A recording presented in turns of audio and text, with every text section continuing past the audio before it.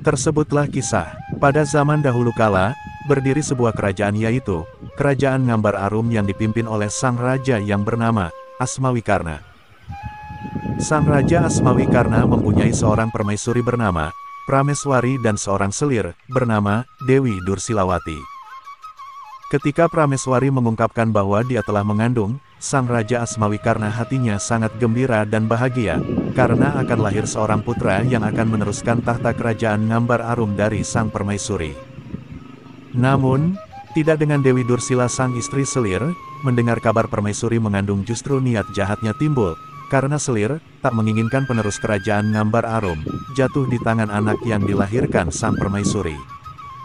Untuk itu, sang selir berusaha keras agar permaisuri mengalami keguguran saat mengandung, dengan cara mencampurkan racun ke dalam makanan dan minuman sang permaisuri. Karena sudah beberapa kali terjadi, sang Raja Asmawikarna timbul rasa curiga, tetapi tak berani menuduh siapapun tanpa ada bukti. Untuk itu ketika permaisuri hamil kembali, sang raja selalu menjaga dengan ketat, untuk memastikan sang permaisuri dalam keadaan aman, dan baik-baik saja. Hal itu membuat sang selir Dursilawati semakin gelap mata. Direncanakanlah niat jahatnya, lalu dia bersekongkol dengan seorang penyihir dengan ilmu yang dimiliki untuk menyihir bayi yang ada dalam kandungan sang permaisuri. Beberapa bulan kemudian, tiba saatnya sang permaisuri melahirkan, namun membuat semua yang ada heran dan terkejut. Bayi laki-laki yang dilahirkan sang permaisuri ternyata berparas buruk rupa dan memiliki kepala yang menyerupai kendil atau panci. Meskipun demikian, Prameswari sang permaisuri tetap merawat bayinya dengan rasa penuh kasih sayang. Tak ada rasa menyesal telah melahirkan bayi tersebut, dan menerima apa adanya atas takdir yang harus dijalani. Sedangkan, sang Raja Asmawikarna merasa sedih dan terpukul hatinya, melihat peristiwa yang tak terduga terjadi ini. Lalu, sang Raja Asmawikarna memanggil seorang peramal yang memiliki ilmu linui. Si peramal menyatakan, bahwa bayi yang dilahirkan sang permaisuri terkena sihir yang sangat jahat. Dan peramal pun menyarankan agar supaya bayi itu terbebas dari sihir jahat, bayi itu harus dirawat oleh seorang janda yang tinggal di tepi sungai di perbatasan kerajaan. Mendengar hal itu, sang raja pun menyetujui dan mengirim utusan untuk menemui seorang janda yang biasa dipanggil Mbok Rondo itu.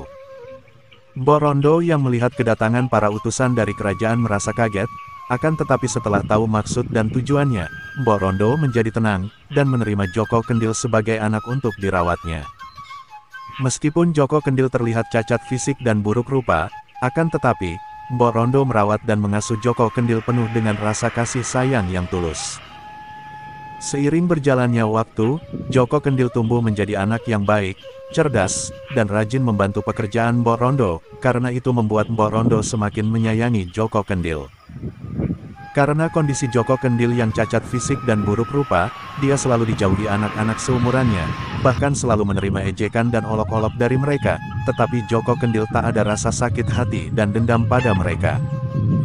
Joko Kendil mempunyai seorang teman yang sama-sama mempunyai kekurangan, yang bernama Si Gundul. Kemana-mana selalu bersama, dan Si Gundul memiliki kepandaian dalam memanah, untuk itu persahabatan mereka semakin akrab karena merasa senasib sepenanggungan.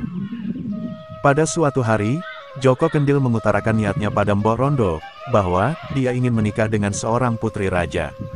Mbok Rondo pun terkejut mendengarnya, mengingat kondisi fisik Joko Kendil yang tak mungkin diterima oleh seorang putri raja.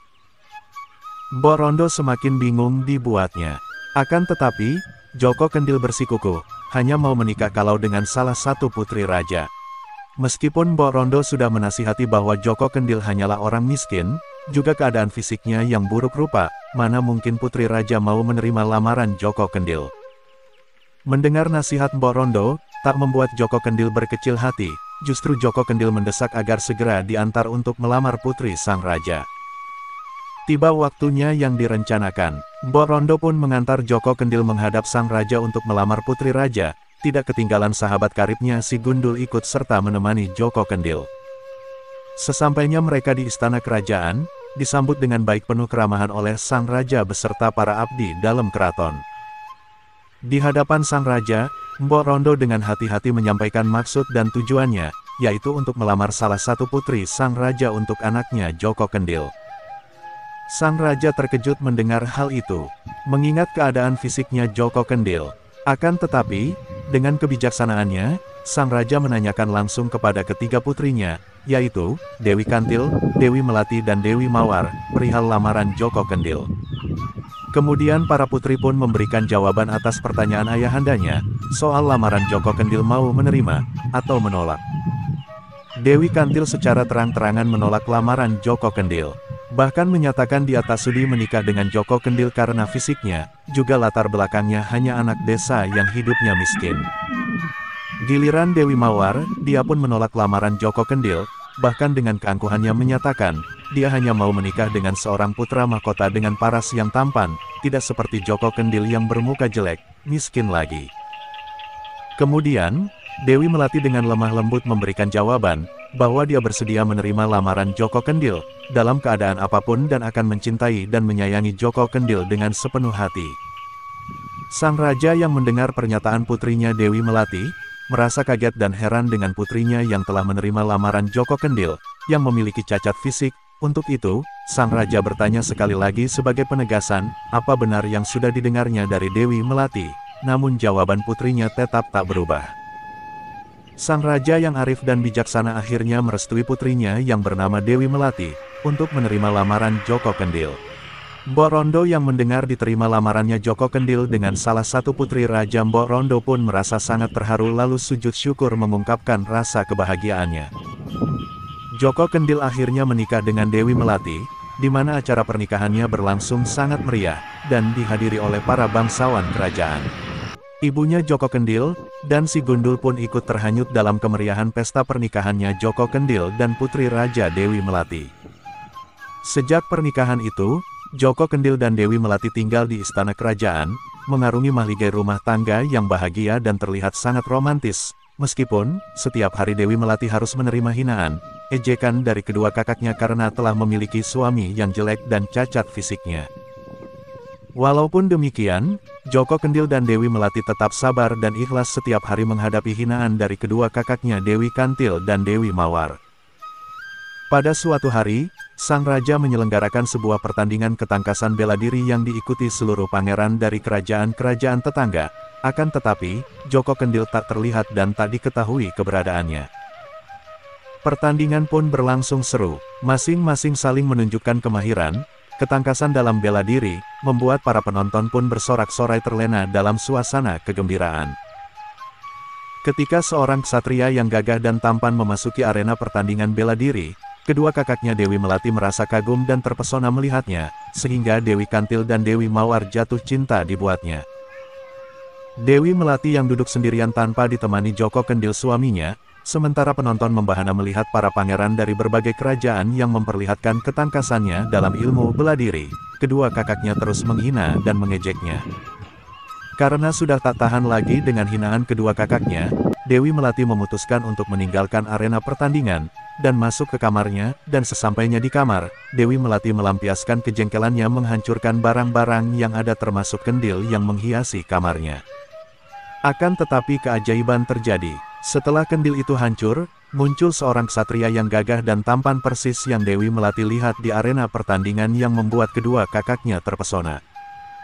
Dewi Melati pun terkejut dan tertegun. Dengan keberadaan sang ksatria yang gagah dan tampan itu muncul tiba-tiba. Setelah mendengar penjelasan ksatria itu, bahwa dia adalah Joko Kendil yang memiliki wajah jelek dan keadaan fisiknya yang bogel, akan berubah menjadi manusia biasa, apabila ada putri raja yang dengan setulus hati bersedia menikahinya.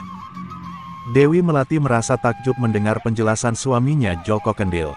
Kabar bahagia ini pun langsung menyebar di istana, bahwa Joko Kendil adalah seorang pangeran yang terkena sihir, karena ulah dari istri selir Raja Asmawikarna.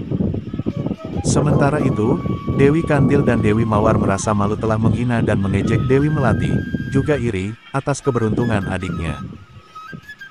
Akhirnya Joko Kendil dan Dewi Melati hidup penuh dengan kebahagiaan di istana, bersama Mbok Rondo ibunya, juga diajak pula si Gundul sahabat karibnya untuk melatih ketangkasan memanah para prajurit kerajaan. Demikianlah cerita rakyat Jawa Tengah yang berjudul Joko Kendil yang saya kutip dari berbagai sumber cerita rakyat, semoga bermanfaat dan menghibur. Terima kasih sudah mendengarkan.